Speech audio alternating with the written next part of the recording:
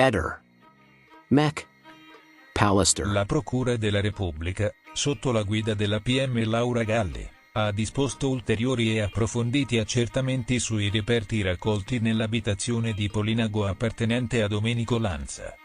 Un uomo di 67 anni, che rimane il principale e unico sospettato nella misteriosa scomparsa di Daniela Ruggi. Daniela, una giovane donna di 31 anni originaria di Vitriola di Montefiorino, è al centro di un caso di presunto sequestro di persona. Gli esami previsti, condotti dai carabinieri del RIS di Parma, sono programmati per il 26 febbraio prossimo. I risultati delle precedenti indagini, che hanno incluso ispezioni dettagliate sia nella casa che all'interno dell'automobile di Lanza, non hanno fornito prove utili all'investigazione in corso. Di conseguenza, la possibilità di una scarcerazione imminente per Lanza, attualmente incarcerato per il possesso illegale di armi, appare sempre più remota. Nei giorni scorsi, i carabinieri hanno intensificato le ricerche nei luoghi frequentati da Daniela, tornando a perlustrare sia la sua abitazione a Vetriola che l'area circostante Savoniero di Palagano. In questa località, un testimone avrebbe dichiarato di aver visto Daniela camminare nei pressi del cimitero lo scorso settembre. Tuttavia, il territorio è noto per la sua difficile accessibilità, caratterizzato da fitti boschi e l'argine del fiume, luoghi nei quali Daniela era solita passeggiare. Sempre accompagnata dal suo inseparabile telefono cellulare. Le ricerche si sono estese anche a valle, lungo il fiume, ma finora non hanno portato alla luce alcun elemento significativo. Nel corso dei primi mesi successivi alla scomparsa di Daniela, si sono moltiplicate le segnalazioni che riferivano di presunti avvistamenti della giovane a Modena. Tuttavia, di Daniela non si hanno più notizie dal 20 settembre scorso.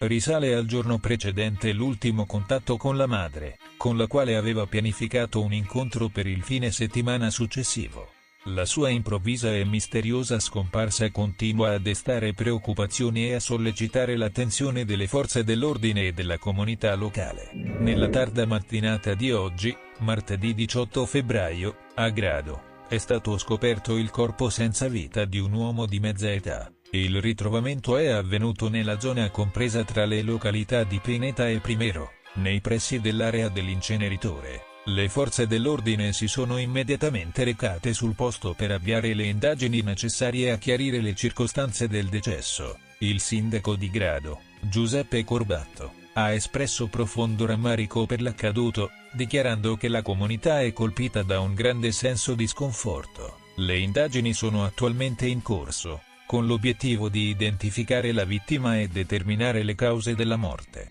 L'intera area è stata transennata per permettere alle autorità di condurre un'accurata analisi della scena, mentre gli inquirenti stanno raccogliendo testimonianze e prove che possano fornire ulteriori dettagli su questo tragico evento. In attesa di capire chi è l'uomo deceduto a Grado, torniamo alla perizia della Cattaneo. Ho parlato con un'altra persona ben informata sui fatti che segue il caso dall'inizio e mi ha confermato a suo dire che la perizia è già stata in fase ovviamente incompleta, consegnata agli inquirenti che già la stanno valutando. Secondo lei però non emergerebbe nulla che possa aprire all'omicidio. Le mie fonti dicono che esiste un problema in procura a Trieste, nato dall'esito della perizia, e che su questo problema vecchi protagonisti e nuovi attori non si sono ancora messi d'accordo.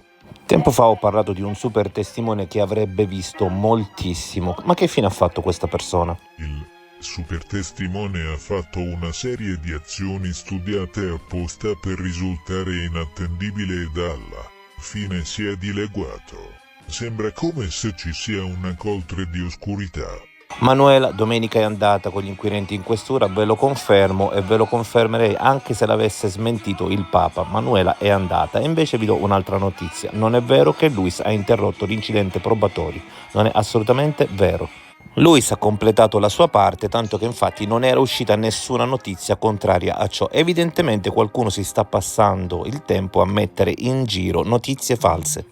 Lottato per 15 giorni, attaccato ai macchinari nella stanza della terapia intensiva dell'ospedale di Istanbul, ma alla fine Mattia Amet, 14 anni, non ce l'ha fatta. Mattia Amet era figlio del cuoco italiano Andrea Minguzzi e dalla violoncellista turca Yasmin Akinçiler. Il 24 gennaio era stato accoltellato al mercato di Kadıköy, quartiere della città sul Bosforo, da un altro adolescente di 16 anni, per motivi che definire futili è poco, una spinta, una parola sbagliata. Era andato a comprare con un amico dei pezzi per il suo skateboard. Il suo assassino, di soli 16 anni ma con molti precedenti, è stato arrestato per omicidio insieme a un coetaneo. Orribili le modalità dell'aggressione riprese dalle telecamere stradali. Mattia Ahmet ha urtato per errore nella calca il sedicenne. Come raccontato dall'amico e da altri testimoni, gli ha chiesto scusa. Bro, mi dispiace. Nel linguaggio dei giovani con bro si intende brother, fratello, in inglese. Quell'altro gli ha risposto che non era suo fratello.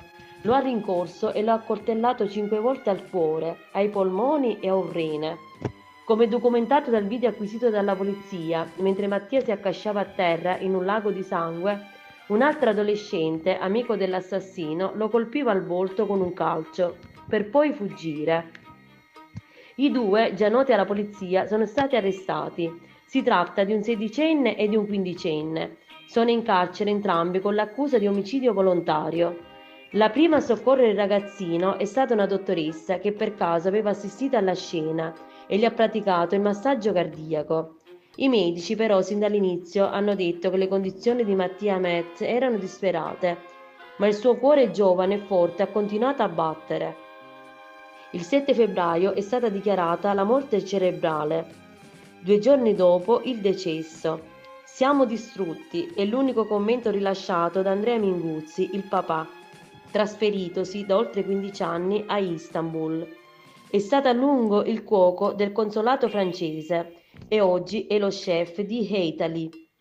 La mamma di Matteo è una violoncellista che ha studiato al Conservatorio Giuseppe Verdi di Milano. Mattia, con doppia cittadinanza, era iscritto al liceo italiano di Istanbul.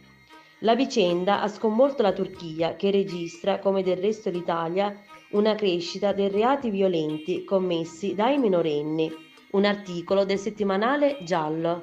Lorenzo Innocenti, 37 anni, architetto, ha colpito con numerose coltellate la compagna Eleonora Guidi, di 34, mentre la donna era in cucina a preparare il caffè.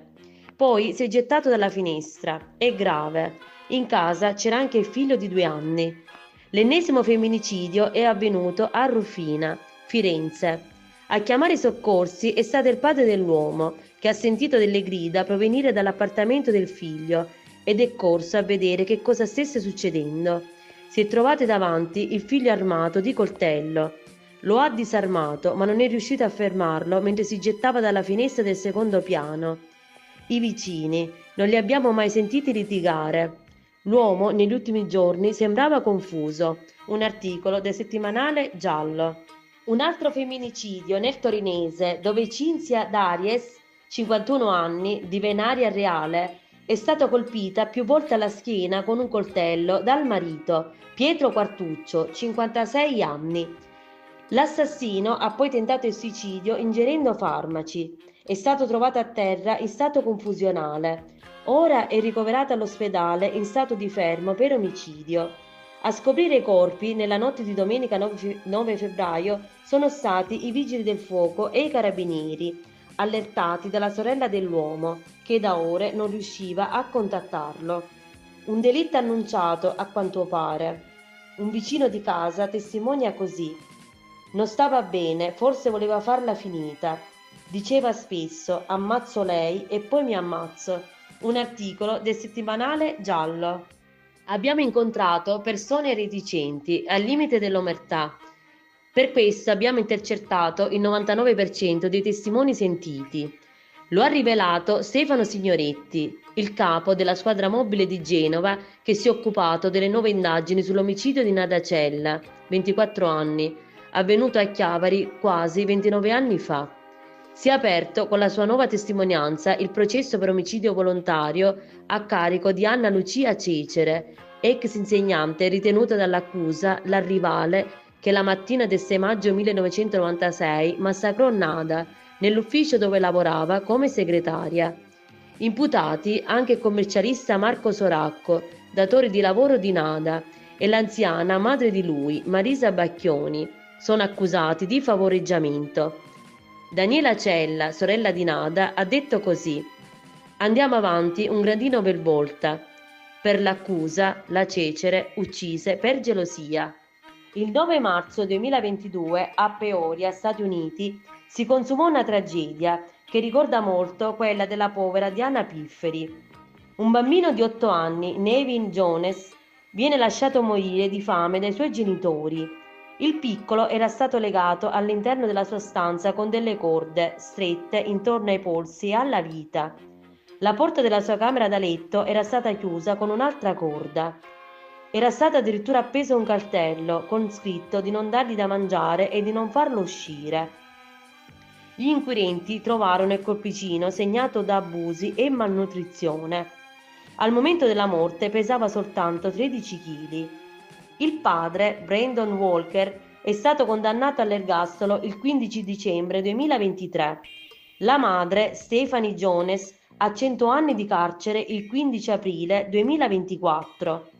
Durante il processo, Walker ha cercato di incolpare la madre di Nevin per maltrattamenti al figlio, ma dai messaggi scambiati tra i due genitori è emerso che lo stesso padre in realtà era a conoscenza di tutto. Un articolo del settimanale Giallo.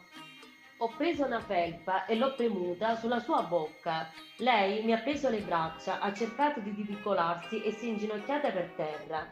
Non ho mollato la presa, ero dietro di lei e con le ginocchia facevo leva sulla sua schiena, fino a quando ho sentito che esalava l'ultimo respiro. Con queste agghiaccianti parole, Marco Siciliano, 46 anni, ricostruì i momenti in cui uccise la moglie Beatrice Sulmoni, 36 anni, incinta al 4º mese e già mamma di un altro bambino di 7 anni. Il femminicidio avvenne a Urbino, una frazione del comune svizzero di Castel San Pietro, il 25 marzo del 2010. Il corpo della vittima fu poi gettato nel lago di Como. Nel corso della sua deposizione, l'uomo raccontò di aver soffocato la donna che si trovava in uno stato di semi-incoscienza nel salotto della loro casa, dopo averle somministrato un potente sonnifero. Continua la ricostruzione dell'assassino. Verso le 20:25 ho cominciato a parlare a Beatrice per dirle che intendevo lasciarla. La discussione è diventata un litigio quando mi ha detto che non mi avrebbe più fatto vedere nostro figlio se l'avessi lasciata per un'altra. A quel punto ho pensato che se lei non mi avesse più fatto vedere mio figlio, io non le avrei fatto più vedere il bimbo che portava in grembo. Così ho deciso di sciogliere un potente sonnifero nella sua tisana. 8 pastiglie di Sinox di 10 mg. Dopo aver bevuto la tisana, la donna ebbe prima dei giramenti di testa e poi perse i sensi, anche se non completamente. Dopo averla uccisa, Siciliano provò a fare a pezzi il corpo, addirittura cercando di decapitarlo, e lo nascose nel baule della sua automobile. Poi, passando per il valico di Pizzamiglio, raggiunse il lago di Como e qui la gettò come se fosse un oggetto vecchio e inutile. Dopo essersi sbarazzato del cadavere, Siciliano tornò a casa e inscenò un allontanamento volontario. Con una freddezza disarmante mandò messaggi ai familiari di Beatrice, usando il cellulare della donna. «Non cercatemi più, non chiamate la polizia, lasciatemi tranquilla», scrisse l'uomo, fingendo di essere la moglie. Subito dopo denunciò la scomparsa alla polizia locale. Il corpo della vittima, riconosciuto dal fratello grazie ad alcuni tatuaggi ai bracciali, fu rinvenuto nel lago pochi giorni dopo. L'uomo, condannato al carcere a vita per omicidio premeditato con interruzione della gravidanza, aveva uno studio di fisioterapista a Chiasso. Da qualche tempo aveva allacciato una relazione extraconiugale con una dottoressa che lavorava nello stesso ambulatorio. Il matrimonio per l'uomo era diventato un intralcio per la sua storia con l'amante. Questo, oltre alla tensione che si respirava in famiglia da tempo, aveva portato Beatrice a scegliere di chiudere un rapporto che non aveva più senso di esistere. La vittima lavorava saltuariamente in un bar ed era impegnata nel volontariato. Al momento del delitto, il figlio di 7 anni si trovava anche lui in casa. Per fortuna, però, il bambino non vide morire la sua mamma. Un articolo di Paola Storchio del settimanale Giallo. Riccardo Branchini è scomparso da Acqualagna, Pesaro, Urbino, il 13 ottobre 2024, età 19 anni, statura 1,80 m, occhi azzurri, capelli castani. Stiamo ricevendo numerose segnalazioni sia dall'Italia che dall'estero. L'ultima è arrivata dalla Svizzera. Riccardo potrebbe avere lasciato il nostro paese e avere raggiunto altre città europee. A parlare è Elena Fabbri, avvocato della mamma di Riccardo Branchini, un ragazzo di 19 anni di cui non si hanno più notizie da quasi 4 mesi. Il giovane, dopo aver completato gli studi, aveva da poco iniziato a lavorare.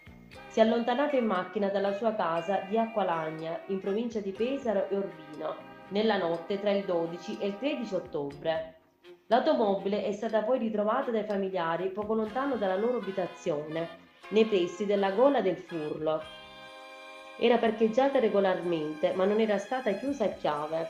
All'interno sono stati ritrovati un paio di scarpe, un paio di jeans, una maglietta e il telefono cellulare.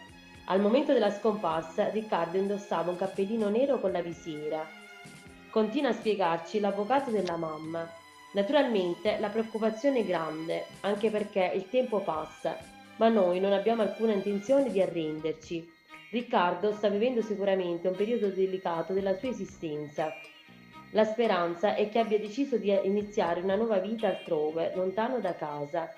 Nelle ultime estati aveva viaggiato per l'Europa in treno e non escludo che possa essere stato in qualche modo affascinato da realtà diverse da quelle in cui è abituato a vivere, in un posto di provincia che all'improvviso potrebbe essere diventato stretto. I suoi familiari accettano qualunque sua scelta, ma vorrebbero essere rassicurati sul fatto che Riccardo stia bene e che sia tutto sotto controllo.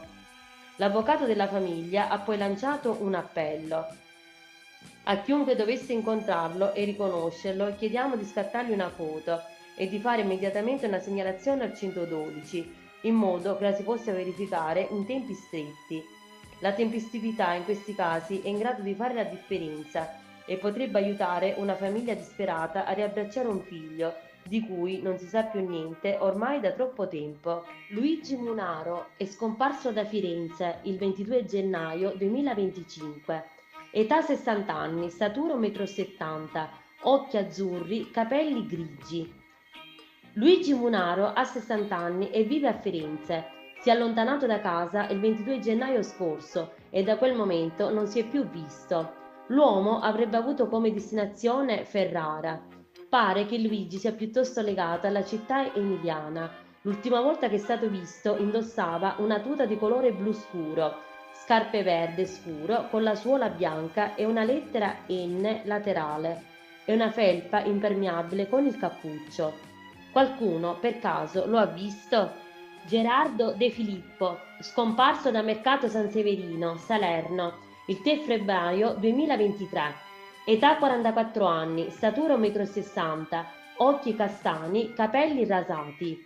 Gerardo De Filippo, detto Smith, ha 44 anni e vive con la famiglia a Valle, una frazione di Mercato San Severino, in provincia di Salerno. Intorno alla mezzanotte tra giovedì 2 e venerdì 3 febbraio 2023 si è allontanato a piedi. Da quel momento non si è più saputo nulla di lui. La sua famiglia ha paura che possa trovarsi in difficoltà. Ha con sé i documenti e il telefonino, ma non i farmaci di cui ha bisogno per la sua terapia quotidiana contro il diabete. Ehi, non dimenticare di iscriverti a questo canale.